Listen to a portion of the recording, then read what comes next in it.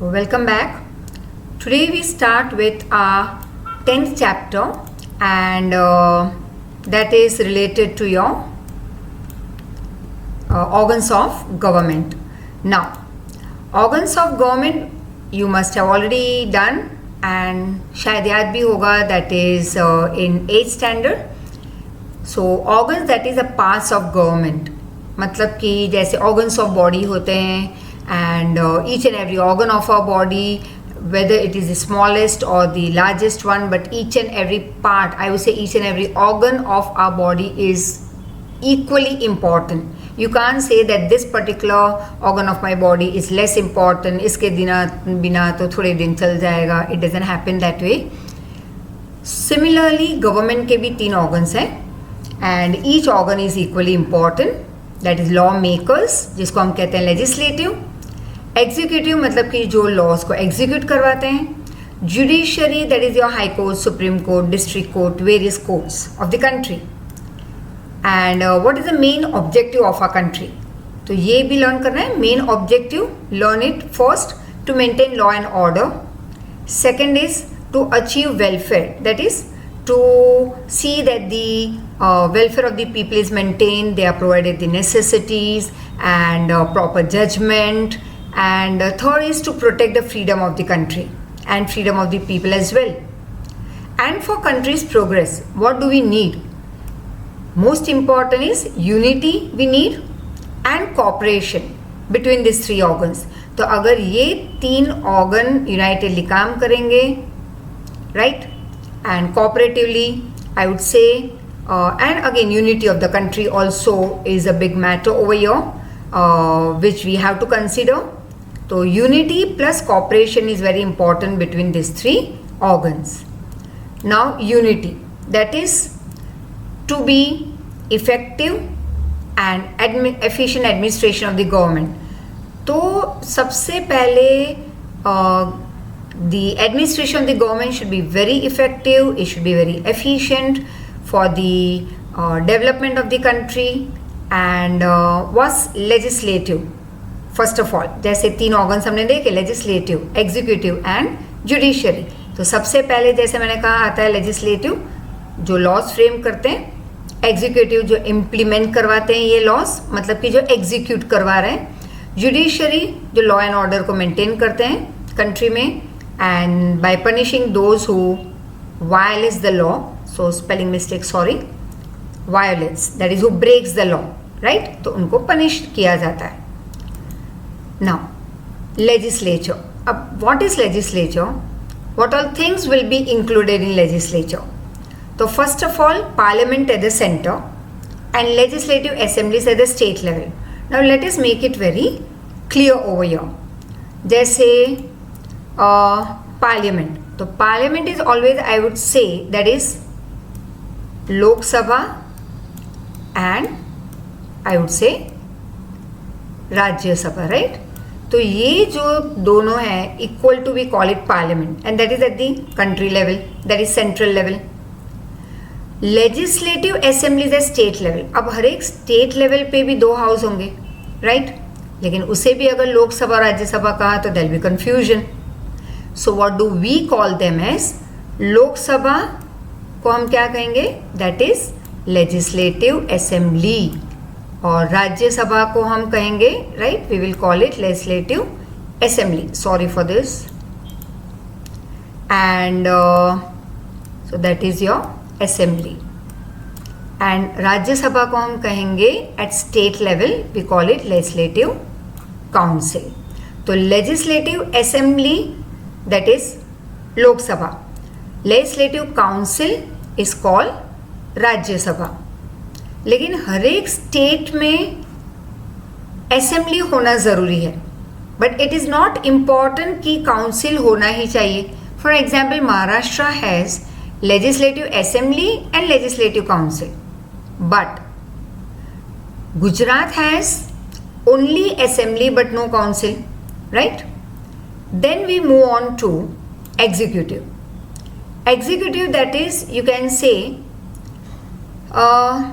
the one who are making the laws execute, implement. For example president, फिर आते हैं PM that's prime minister, उनके under होंगे group of ministers जिसको हम कहेंगे cabinet minister. That is at again union level और central level.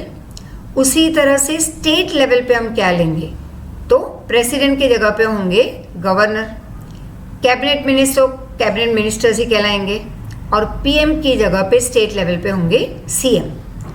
If you remember this much, your answers will become very easy as we move ahead because the answers will be very much in detail. Chapter is lengthy. तो ये pattern तुम्हें दी गई है यहाँ पे ताकि तुम इस चैप्टर को अच्छे से समझ सको. When you are revising on your own this particular chapter, this pattern will make it very easy for you to learn your answers properly and in an easy manner. तो once again let's move on to legislature. तो दो level हैं, one is central level and the other is state level. अब let us take it this way, central level and state level. अब central level पे होंगे लोकसभा राज्यसभा, यहाँ पे भी लोकसभा राज्यसभा स्टेट लेवल पे, but then this will be confusion. So what are we going to do is, country level पे हम उसे कहेंगे लोकसभा राज्यसभा, उसी को स्टेट लेवल पे कहेंगे लेजिस्लेटिव असेंबली, लेजिस्लेटिव काउंसिल. अब पूरे कंट्री में तो एक लोकसभा है, एक Rajya Sabha, that is lower house and upper house. But state level पे हर एक स्टेट के पास ज़रूरी नहीं है कि दोनों हाउस हो. हाँ, what is more important is कि दोनों हाउस में से assembly is very compulsory for each state to have, right? legislative assembly जिसको हम कहते हैं हाई लेवल पे लोकसभा, लेकिन राज्यसभा जिसे हम स्टेट लेवल पे काउंसिल कहते हैं वो कंपलसरी नहीं है कि हर एक स्टेट का हो. तो I give you example, Maharashtra has both assembly council, Gujarat has only assembly जो कंपलसरी है. फिर हम आते हैं, तो ये हुए लॉ मेकर्स. अब हम आते हैं एग्जीक्यूटिव की तरफ, मतलब कि जो लॉज को एग्जीक्यूट करवाते हैं. तो there is president country level, फिर पीएम और उनका ग्रुप ऑफ मिनिस्टर जिसको हम कहेंगे कैबिनेट मिनिस्टर. ये हुआ सेंट्रल लेवल. वैसे हर एक स्टेट में प्रेसिडेंट की जगह पे वही काम किसका होगा, गवर्नर. पीएम की जगह पे सीएम.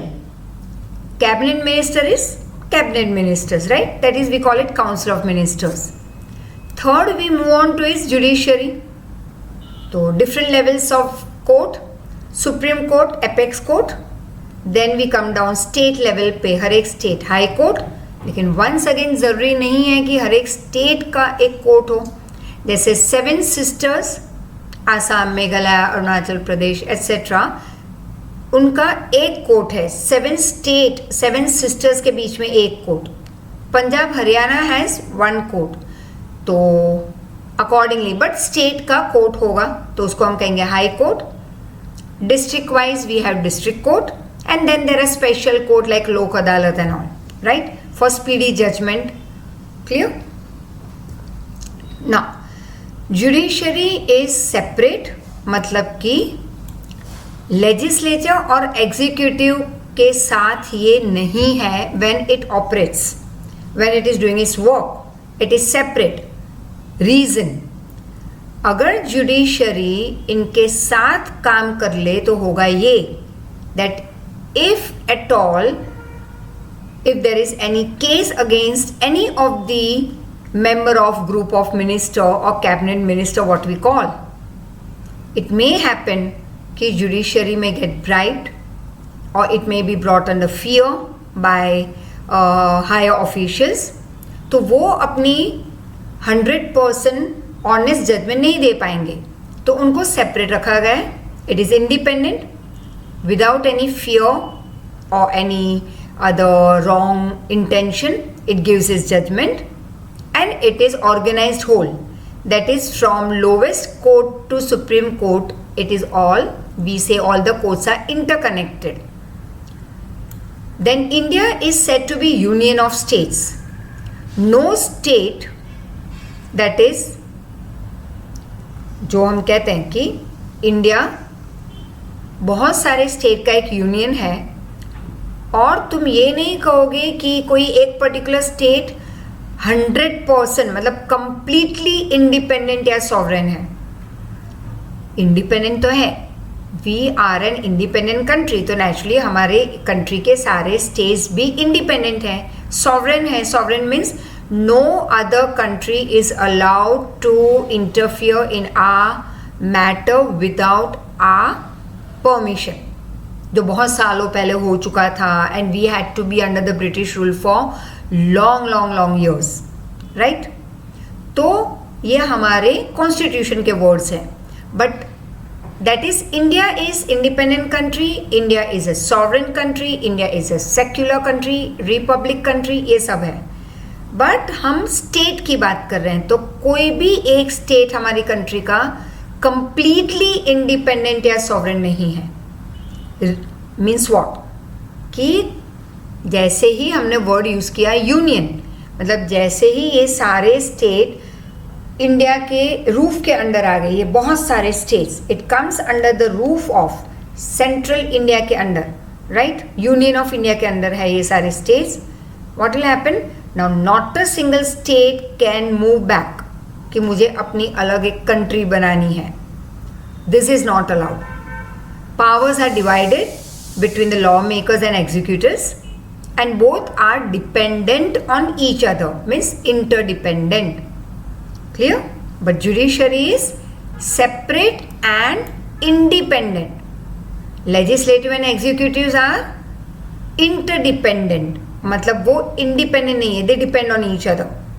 Law बनाएंगे, ये execute करेंगे, और यहाँ पे ये independent है जो अपने हिसाब से प्योरली ऑनेस्ट जजमेंट देंगे. Clear? Next, functions of 3 organs are different. मतलब जुडिशरी के फंक्शन अलग हैं, उनकी एक्टिविटीज अलग होगी, लॉ मेकर्स की अलग होगी, और एग्जीक्यूटिव जो होंगे उनके फंक्शन अलग होंगे. All function of course requires expertise. अब जो भी फंक्शन है ये 3 ग्रुप के, 3 ऑर्गन्स के, हर एक फंक्शन के लिए एक्सपर्टाइज बहुत ही ज़रूरी है. Each organ is administered, that is looked after, taken care of, is kept a watch on by different people. और हर एक ये लोगों का अपना खुद का अलग फंक्शन होगा. जो एक्सपर्ट होंगे वो वहीं पे उस डिपार्टमेंट में काम करेंगे. एंड डिवीजन ऑफ पावर, क्यों पावर को डिवाइड किया गया है अलग अलग लोगों में, अलग अलग हेड के अंडर, ताकि मिसयूज ना हो पावर का, right. Next we come on to legislature. As यहाँ पे दिया है, this you can learn and you can frame your own sentence, या ये अच्छे से समझ लो, फिर क्वेश्चन आंसर लर्न कर लो. ये बहुत ही इजी हो जाएगा तुम्हारे लिए. So let's move on. Legislature. India is, अभी मैंने बताया, is a republic country, is a parliamentary democracy. People's representative, sorry for the spelling, representatives, SEN. People's representatives are seen where? Parliament at central level and in assembly at state level. Now who are representative? अब जब elections होते हैं, right, people go and give their vote honestly, and it so happens that अब election के काफ़ी time पहले, जैसे ले लो, जैसे आज कोई इलेक्शन में खड़ा रहा, तुम्हें पता भी नहीं कि ये कौन है, ठीक है, नाम नहीं पता, कभी सुना ही नहीं ना, कभी उसके बारे में कभी हमारे एरिया में आते हुए देखा है, या कोई उसने काम किया हो कुछ अच्छा हमारे एरिया के लिए. We have never heard about that person who is standing from our area for election. तो naturally you are not going to vote. तो जो लोग इलेक्शन में खड़े रहते हैं, उनका ये पॉलिटिकल लाइफ उनकी बहुत साल पहले से स्टार्ट हो जाती है. They are actually involved in lots of social work, and they are involved in the betterment of the society. कई लोग जो हमारे एरिया से खड़े रह रहे हैं, जो खड़े होते हैं for election, they have done lots and lots of work since last many years for the betterment and welfare of our area, for the welfare of our people of our region. अब जाके वो उनको जो seat मिलती है, they are nominated, मतलब पहले nomination के पहले तो वे खड़े होते हैं and we come to know about, and बहुत सारा प्रोपागेंडा होता है फिर तो डिफरेंट मीडियम से, like newspapers, TV, rickshaw, and rickshaw में निकलते हैं वो प्रचार करने. Now you know that yes, ये तो हमारे एरिया का आदमी है, because he is a known person, he has done lots of work since last so many years and he had been in personal contact with so many people in our area. अब जाके लोग vote करेंगे उसे, वो जीतते हैं और हमारी ओर से वो जाके बैठेंगे. अगर स्टेट लेवल पे है तो असेंबली में, कंट्री लेवल पे है तो पार्लियामेंट में.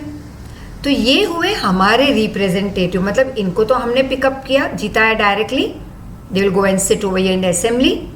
अब हमारे एरिया के जो भी प्रॉब्लम्स हैं, when we let them know, once again we don't give them a call कि हमारे एरिया में ये प्रॉब्लम है और वो प्रॉब्लम है, is through again newspapers and various other mass medias. They come to know about our problems that हम जो पेश करते हैं हमारे प्रॉब्लम थ्रू मास मीडिया, हमारे रिप्रेजेंटेटिव को सब पता रहता है. उनके अंदर भी कई लोग हैं जो हमारे एरिया में they are in touch with common people, they come to know what are the problems, they solve the problem by sitting there at the assembly या पार्लियामेंट. तो ये करोड़ों की जनता हमारी जाके पार्लियामेंट में, असेंबली में नहीं बैठेगी. हमारी ओर से ये लोग बैठे हुए हैं who are working for us, who are there to develop our country, who are there to bring about a better lifestyle for the people of our country, and who are there to solve so many problems of the people of our region, of our state, of our country on a whole. तो ये हुए हमारे representative, right. अब parliament हम कहेंगे apex organisation है, very important is parliament. Indian parliament में कौन होंगे? तो president, vice president, Rajya Sabha which is called the upper house, Lok Sabha which is called the lower house, right. लेकिन ज़्यादा जो पावर है वो होगा लोकसभा में, दो it is called lower house, लेकिन पावर्स उनके पास ज़्यादा होगा बिकॉज इट इज़ लोगों की सभा. हमारे रिप्रेजेंटेटिव्स वहाँ पे हैं, right. And it has they are of two types, that is unicameral मतलब वन हाउस, बाइकैमरल मतलब two houses. Now at central level,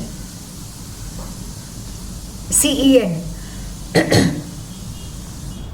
eight central level मतलब कंट्री लेवल पे मैंने स्टार्टिंग में ही बताया था, Lok Sabha, Rajya Sabha. Lok Sabha is called lower house, Rajya Sabha is called upper house. Power ज़्यादा होगा लोकसभा के पास. उसी तरह से स्टेट लेवल में भी मैंने बताया टू हाउसेस हर एक स्टेट में, right. Assembly and council. Assembly को कहेंगे हम Lok Sabha at higher level, council को हम कहेंगे Rajya Sabha at higher level, that is central level. Most of the state, as I told you, has assembly, right? Some states have both. तो compulsory क्या हुआ? Assembly. और थोड़े बहुत स्टेट के पास दो हैं, like Maharashtra has both assembly and council, UP has both. And legislature at central level, that is Lok Sabha, lower house, and members यहाँ पे कौन होंगे? like representatives of common people who are directly elected. Total 545 members, और दो select होते हैं by president from Anglo-Indian community. Everything is provided over here. Same, but it is in I would say pressy form, which makes it once again I would say very easy for you for learning your answers and understanding the chapters. So once again, central level two houses, upper house, lower house, Lok Sabha, Rajya Sabha. हर एक state level पे assembly, council, that is again like central level का your lower house and upper house. Most of the state सबके पास assembly तो होगी. थोड़े बहुत स्टेट के पास दोनों हैं, लाइक महाराष्ट्र, यूपी। फिर सेंट्रल लेवल पे जो लेजिस्लेचर है, जैसे हमने बताया, लोअर हाउस लोकसभा, जिसमें होंगे मेंबर्स, और वो मेंबर्स होंगे हमारे पिकअप किए हुए, जो हमने इलेक्ट किए हैं, they are directly elected and they are representative, हमारी ओर से वहाँ पे जाके बैठते हैं। टोटल 545 मेंबर्स होंगे लोकसभा में, और 2 को सिलेक्ट करते हैं president from Anglo Indian community. Now we come on to president. President also is a part of parliament. Listen carefully. It will be repeated, but listen it very, very carefully. First meeting of parliament, right? तो first of all, president parliament के एक part है. First meeting of parliament and joint session, मतलब meeting of parliament. तो ये कौन address करेगा? President. Apart from this, president does not attend any meeting. So rectification over here, does not attend any meeting, right? And यहाँ पे see, you can see it over here. President is a part of parliament. He will address the first meeting. Again, president will address the joint meeting in the parliament. Beside these 2 occasions, learn it. President will never attend the parliament. Clear? So, small rectification, does not attend. President power. तो president के पास power कौन सा है? It calls the 2 houses, that is summons. 2 houses, that is Lok Sabha, Rajya Sabha को कोई एक particular important matter पे अगर बुलाना है तो it will pass the order, it will call the 2 houses. फिर अगर मीटिंग स्टॉप करनी है तो भी उनके पावर्स हैं प्रेसिडेंट के. पार्लियामेंट को डिसॉल्व करना है तब भी वो पावर प्रेसिडेंट के ही रहेंगे. अब बिल मतलब क्या? That is bill is a suggestion, a proposal, एक सुझाव देना. फॉर एग्जाम्पल, अगर तुम एक सुझाव देते हो that ma'am next week please, और या 2 वीक या 3 वीक के बाद एंड ऑफ अगस्त में हमारी स्कूल की एग्ज़ाम्स हैं, प्लीज़ प्लीज़ प्लीज़ और टेस्ट मत रखना या लेक्चर मत रखना, तब it's becomes very hectic, chaotic. So please ma'am. अब ये प्लीज़ वाला तो ठीक है, तुम बोलोगे पार्लियामेंट में प्लीज़ एंड ऑल नहीं होता, बट सपोज जस्ट इमेजिन कि तुम्हारा ये जो सुझाव है जो तुमने हम तक पहुंचाया, राइट, तो वो क्या हुआ? बिल. ठीक है, लिख के दे दिया. That bill we will go through. अब ये हमारी मीटिंग होगी भाई, क्या करना है. अब मीटिंग मतलब 4-5 घंटे की नहीं, 10-20 minutes. We will discuss that actually does this children need it और no. What is actually the matter. School में कब, अलग अलग स्कूल की कब एग्जाम्स होगी, कितने मार्क्स की है. If it is 20-25 marks, I don't think so you need holiday in lectures तो कंटिन्यू ही रहेंगे. हाँ, sometime we consider and we may not take test at that time, but lecture continues. Clear? हाँ, 100 mark की exam होगी, then we'll have to consider everything in detail. तो ये तुमने जो एक बिल पास किया, नॉट पास किया, तुमने अभी खाली एक सुझाव रखा है, तो वो डिस्कस होगा पार्लियामेंट में. फिर फाइनली प्रेसिडेंट अगर साइन करेंगे तो वो बनेगा एक्ट. तो हम क्या कहेंगे? ओके फाइन, चलो छुट्टी, no lecture. But the moment it is not signed by the president, it is not accepted, तो हम क्या कहेंगे? कैंसिल. ये बिल पास नहीं होगा, मतलब कि लेक्चर्स कंटिन्यू रहेंगे. So Lok Sabha not permanent house. Not permanent मतलब हर 5 साल के बाद नए मेंबर्स आएंगे उसमें. ये 5-5 साल के बाद इलेक्शन होगा, new members will take entry. तो Lok Sabha is not permanent. Parliament not supreme. हम कहते हैं कि वो एपेक्स हैं, बट फिर भी उससे भी ऊपर एक है. सुप्रीम कौन है? Constitution. Parliament has limited powers. If laws of parliament are violated, तो constitution can be challenge in the court, right. अगर parliament, laws of the parliament अगर कोई वायलेट करे या कॉन्स्टिट्यूशन में लिखे गए रूल्स एंड रेगुलेशन अगर वायलेट होते हैं पार्लियामेंट, तो कोर्ट ऑफ लॉ में इसे हम चैलेंज कर सकते हैं. That law can be made 0-0, जैसे तुम्हारे मैथ्स में होता है null set that is empty set, right, 0-0 करना. तो once again parliament has limited powers. हमने आगे बताया था पार्लियामेंट इज एपेक्स, लेकिन दी मोस्ट सुप्रीम अगर हम कहेंगे तो वो है कॉन्स्टिट्यूशन, राइट. अब पार्लियामेंट के जो लिमिटेड पावर्स हैं, तो क्या होगा कि अगर कोई लॉ पास हुआ पार्लियामेंट में, लेकिन ये लॉ ऐसा बना कि वो कॉन्स्टिट्यूशन में लिखे गए सम रूल्स एंड रेगुलेशन को फॉलो नहीं कर रहे हैं, ये लॉ बना दिए, राइट, और ये वायलेट हमारा कॉन्स्टिट्यूशन का लिखा हुआ यहाँ पे वायलेट हो रहा है, तो फिर हम इसको कोर्ट में चैलेंज कर सकते हैं कि as per constitution this law made in the parliament is improper. तो वो लॉ सुप्रीम कोर्ट में नलिफाई हो जाएगा. It will be cancelled, right, अगर डिस्कशन के बाद पता चला कि लॉ इम्प्रॉपर है. Clear? It is not that तुमने कहा और नलिफाई हो गया. Discussion will be carried out, meetings होंगी, फिर अगर पाया गया कि हाँ ये लॉ ऐसा बना है कि उसने कॉन्स्टिट्यूशन को फॉलो नहीं किया है, then it will be nullified. Then qualification of Lok Sabha members तो बहुत ज़रूरी है. अब क्वालिफिकेशन मतलब BA, BCom, doctor, engineer, no, यहाँ पे ये सब नहीं देखते. यहाँ पे थोड़े और रूल्स एंड रेगुलेशंस हैं उनके क्वालिफिकेशन के. तो सबसे पहले अगर लोकसभा का मेंबर बनना है तो उस पर्सन को सबसे पहले इंडियन सिटीजन होना ज़रूरी है. सेकेंड, 25 years ऑफ एज और more he should be of sound mind, मतलब नॉट अनस्टेबल माइंड नहीं होना चाहिए. He should not be insolvent मतलब बैंकक्रप्ट नहीं होना चाहिए. He should be a member of central और state government, right? Let's see over here. He should be or should not be.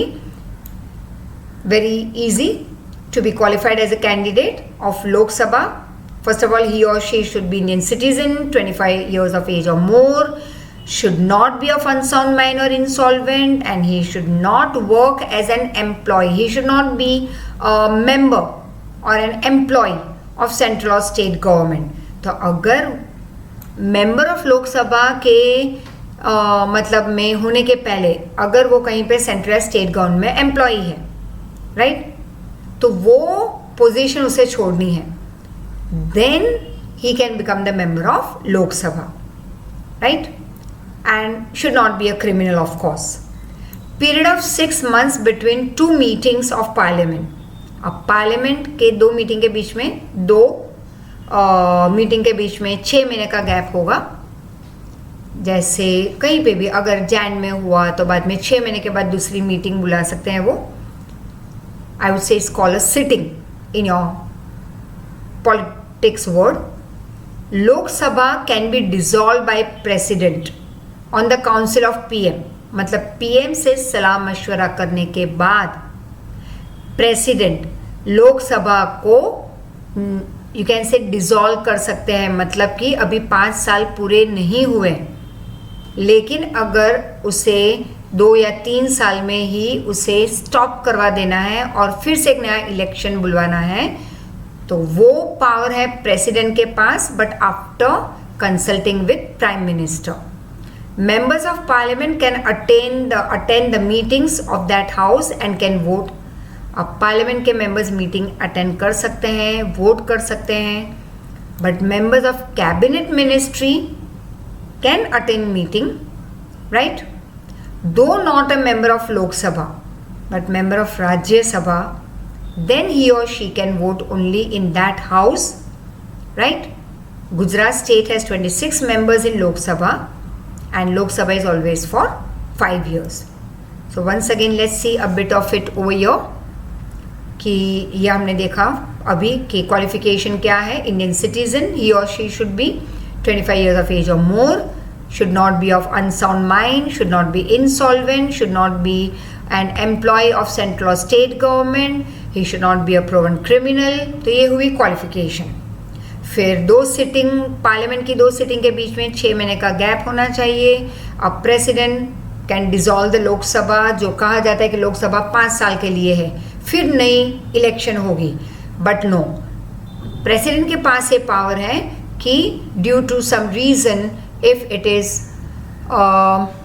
Feasible, और ये कंपल्शन बन जाता है कि no, Lok Sabha has to be dissolve, तो प्रेसिडेंट पीएम के साथ काउंसिल करेंगे, फिर लोकसभा को डिसॉल्व कर सकते हैं. Then a member of any of the house of parliament can attend this proceeding of that house and can vote in the same house, right? member of parliament कोई भी एक हाउस का, जैसे लोकसभा है, राज्यसभा, तो लोकसभा का मेंबर ले लो, he can attend the meeting of that house, he can vote in the same house, but a member of cabinet ministry can attend the meeting of both the houses of the parliament, even if he or she is not a member of Lok Sabha. But if he or she is a member of upper house, that is Rajya Sabha, then he can vote only for that house. State of Gujarat, तो cabinet ministry के member को allowed है कि वो किसी भी house के meeting में बैठ सकते हैं, दो ही is not a member of Lok Sabha. State of Gujarat has, as I told you, 26 members और in the Lok Sabha at country level, और ये लोकसभा होगी 5 साल के लिए. But president can dissolve this Lok Sabha if required, but after counselling with PM. In case of national emergency, अगर कोई emergency आ जाए, जैसे अभी चल रहा है, राइट, इनिशियली स्टार्टिंग में जो था lockdown period and all, that was emergency. Lockdown लाया गया तो तुम रास्ते पे नहीं निकल जाओगे, नहीं, कर्फ्यू है, लेकिन I am an Indian citizen, I have got this many 6 rights, और मैं तो सुप्रीम कोर्ट में जाऊंगा या हाई कोर्ट में कि क्यों मुझे बाहर नहीं निकलने देते, या why there is lockdown period and I want to start with my business, मैं तो अपनी फैक्ट्री खुला रखूंगा या मैं अपनी इंस्टीट्यूट स्टार्ट करूंगी एंड ऑल, नॉट अलाउड. तो ये in case of national emergency है. ये the term of Lok Sabha can be extended for 1 more year. तो अगर 5 साल खत्म होने आ रहे हैं और इमरजेंसी पीरियड में चल रहा है कंट्री में, इफ एट ऑल एग्जाम्पल, तो हम उस लोकसभा को 6 साल के लिए कर सकते हैं. तो 5 साल खत्म हो गए तो अब इलेक्शन नहीं होंगे, it is emergency time period, तो 1 साल और बढ़ा देंगे लोकसभा का. If the president dissolve the parliament, it can not be challenge in the court. अगर प्रेसिडेंट ने पार्लियामेंट को डिसॉल्व कर लिया तो तुम सुप्रीम कोर्ट में चैलेंज नहीं कर सकते. Clear? Quorum very important, 2 marker, 1 marker के लिए भी इक्वली इंपॉर्टेंट.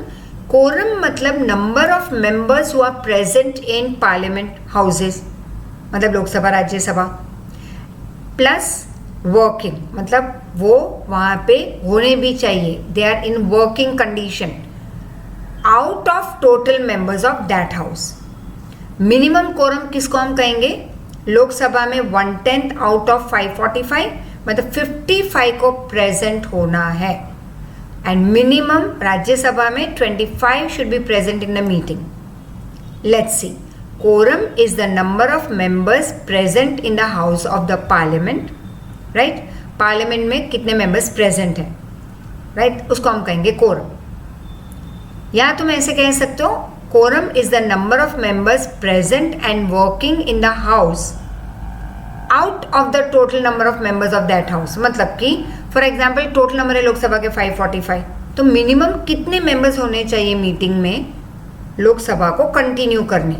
से a particular day many people have not attended that particular working of the parliament, तो लोकसभा में कितने मेंबर्स होने चाहिए minimum to continue the working? 55, और राज्यसभा में 25 प्रेजेंट होने चाहिए. And Rajya Sabha, as I said, is upper house, 250 members, representative of all the states are over here. Lok Sabha में कौन होंगे? हमारे रिप्रेजेंटेटिव. राज्यसभा में कौन बैठेंगे? हर एक स्टेट के रिप्रेजेंटेटिव. तो 250 में से 238 इलेक्ट होते हैं, 12 नॉमिनेट होते हैं बाय प्रेसिडेंट. अब ये नॉमिनेट किसे करेंगे? प्रेसिडेंट कौन किसे पिकअप करेंगे? अपने और से जिनके पास स्पेशल नॉलेज हो, या like I would say the one who has brought the name and fame of the country at the top, like I would say बहुत सारे हैं जो नॉमिनेट हुए हैं, लाइक सचिन तेंदुलकर, देन जया बच्चन, हेमा मालिनी, बहुत सारे ऐसे हैं जिन्होंने कंट्री का नाम रोशन किया हो. One person cannot be the member of both the houses. So let's see. Rajya Sabha is the upper house of the parliament. It is the representative house of all the states and UT of India. In all 250 members. Members of Rajya Sabha are indirectly elected by the members of Assembly of the state and UT through a method of equal representation. In all 238 members of Rajya Sabha are elected. 12 are nominated by India's president. These nominated people कौन होंगे? Who have special knowledge or practical experience with respect to literature, science, arts, culture, sports and social service. No person can be the member of both the houses at the same time. So, for today, we stop over here and we start once again from Lok Sabha, Rajya Sabha. तब तक एक बार revise भी कर लेना, थोड़ा easy हो जाएगा. And keep on revising the videos whenever you are free, the previous chapters, keep on repeating. I can only request, I can't force you, yes, it's a hearty request. Keep on repeating the chapters. Learn the question answers first, textual. वो learn करके पहले अपने homework notebook में लिखा करो. As I told you in the beginning, every time after each and every chapter I'm not going to tell you is a homework. हाँ, grammar की worksheet हर बार जब भी होगा तो हम भेजते रहेंगे. that will be your homework. Please उसे कलेक्ट करो. as soon as the classes will reopen we are going to collect your homework.